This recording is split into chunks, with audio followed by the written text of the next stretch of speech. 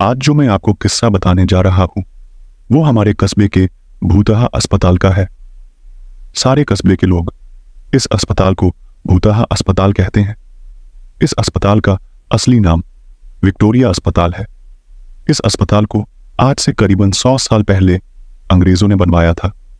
उस अस्पताल के सामने एक कब्रिस्तान है। मेरे दादाजी ने मुझे बताया था कि आज से 60 साल पहले इस अस्पताल में ऑपरेशन के दौरान एक लड़की की मौत हो गई थी।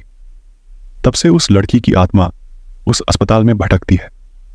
रात ढलते ही कोई भी इंसान उस रास्ते से नहीं गुजरता है, क्योंकि उस लड़की की आत्मा राहगीरों को परेशान करती है। हालांकि मैं दादाजी की बताई पुरानी भूतहा कहानियों में ज्यादा विश्वास नहीं करता था। एक रात मैं अपने 2 दोस्तों अंकित और राजू के साथ रात को बाइक पर घूम रहा था। तभी मेरे एक दोस्त ने मुझसे विक्टोरिया अस्पताल वाले रास्ते से चलने को कहा। हम में से कोई भी ज्यादा भूत प्रेतों पर विश्वास नहीं करते थे और हमने उस रास्ते से जाने का पक्का किया।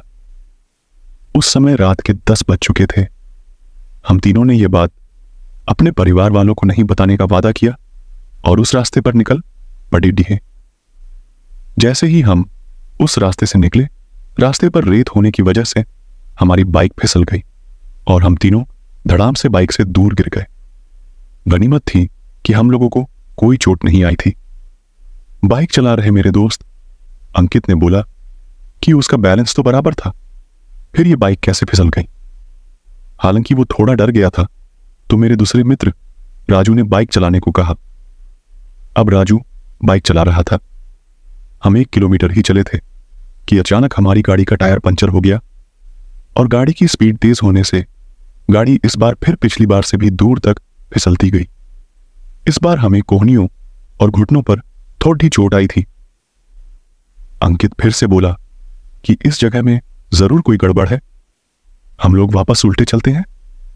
लेकिन मैंने और राजू ने उसकी बात नहीं मानी और बाइक उठाकर पैदल चलना शुरू कर दिया। हम थोड़ी दूर ही चले थे कि अचानक किसी लड़की के चीखने की आवाजें सुनाई दी। ये सुनकर हम रुक गए और अंकित बोला, यार तुम लोगों को चीखने की आवाज सुनाई दी क्या?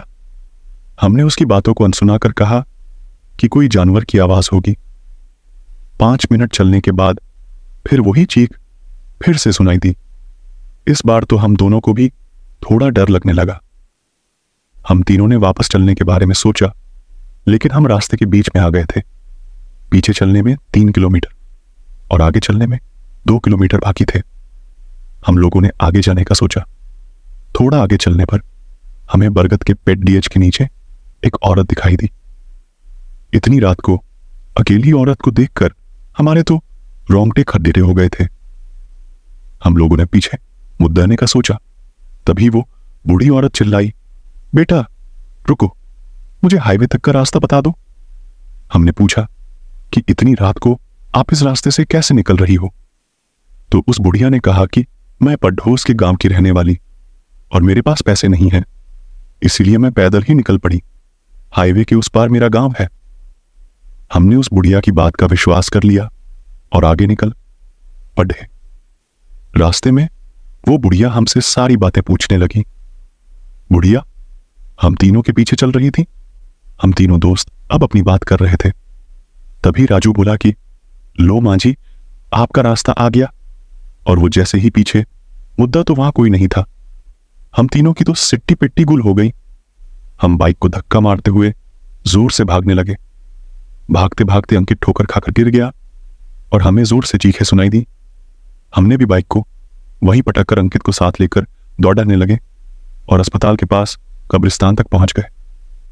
ये सब घटित होते 12 बज चुकी थी। हम पसीने से तर बतर हो गए थे और कब्रिस्तान पार कर एक मंदिर में रुक गए, क्योंकि अगर बिना बाइक के घर जाते तो जूते पड़े रहते। इसलिए उस रात मंदिर में ही रुक गए और सुबह होते ही बाइक लेकर अपने अपने घर आ गए और घर वालों दोस्त के यहां रुकने का बहाना बना दिया। उस रात के बाद से हम उस रास्ते से कभी नहीं गए। मुझे आज भी सपनों में वो भूतिया बुढ़िया और चीखने की आवाजें आती है। Gonna last sad.